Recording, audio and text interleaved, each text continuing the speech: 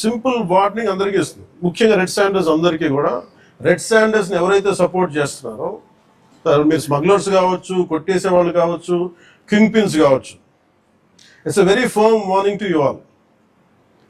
Operation Kagar లాంటిది extreme left wing ఎక్స్ట్రీజంనే handle చేయగలిగినప్పుడు ఈ కంట్రీ, ఒక ఐడియాలజికల్ బేస్డ్ ఉన్న వాళ్లే కూర్చోబెట్టి కష్టమైపోతుంది లొంగిపోతున్నప్పుడు మిమ్మల్ని తాట తీసి కూర్చోబెట్టేస్తాం స్మగ్లర్లు అందరినీ. It's just a political will అంతే.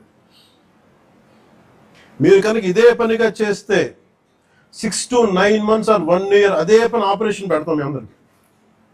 మీరు స్వచ్ఛందంగా ఆపారా మంచిది, మీకు మీరు ఆపలేదా ఒక 1 year 1.5 year ప్రత్యేక special zone special operation create చేసి మళ్ళీ ఇక రెడ్ శాండర్స్ ఎవరన్నా తిరగాలి చెట్టు కొట్టాలంటే భయపెట్టే స్థితికి మేము తీసుకొస్తాం. మేజర్ మీకు ఒక యాక్ట్ ఉంది, ఎవరన్నా సరే రెడ్ శాండర్స్ చెట్లు కొడితే వాళ్ళ ఆస్తులను కూడా సీజ్ చేయొచ్చు. ఆ అమెండ్మెంట్ ఆల్రెడీ చేస్తుంది ఫారెస్ట్ యాక్ట్లో. You have to be very very clear on that. So ప్రభుత్వం ఇంకా ఆలోచిస్తూ ఉంది తటపాయిస్తుంది, ఇంకా ఆ తటపాయింపులు లేవు. మీకు వెరీ స్టర్న్ వెరీ ఫామ్గా చెప్తున్నాం, రెడ్ శాండర్ స్మగ్లర్స్ అందరికీ కూడా, దాంట్లో పాల్గొనే వాళ్ళు ప్రతి ఒక్కరికి కూడా it's a matter of time.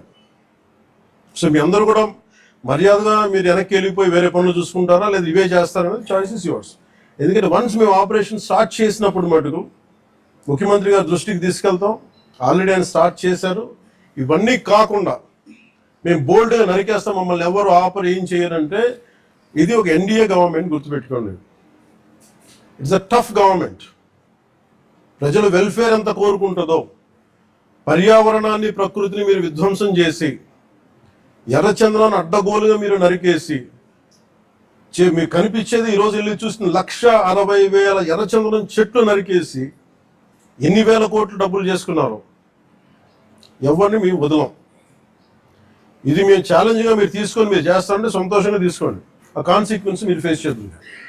ఇది చెప్పడానికి మీ అందరికీ పాత్రికేయ సోదరులందరికీ తెలియజేస్తాం. Thank you sir. జై హింద్.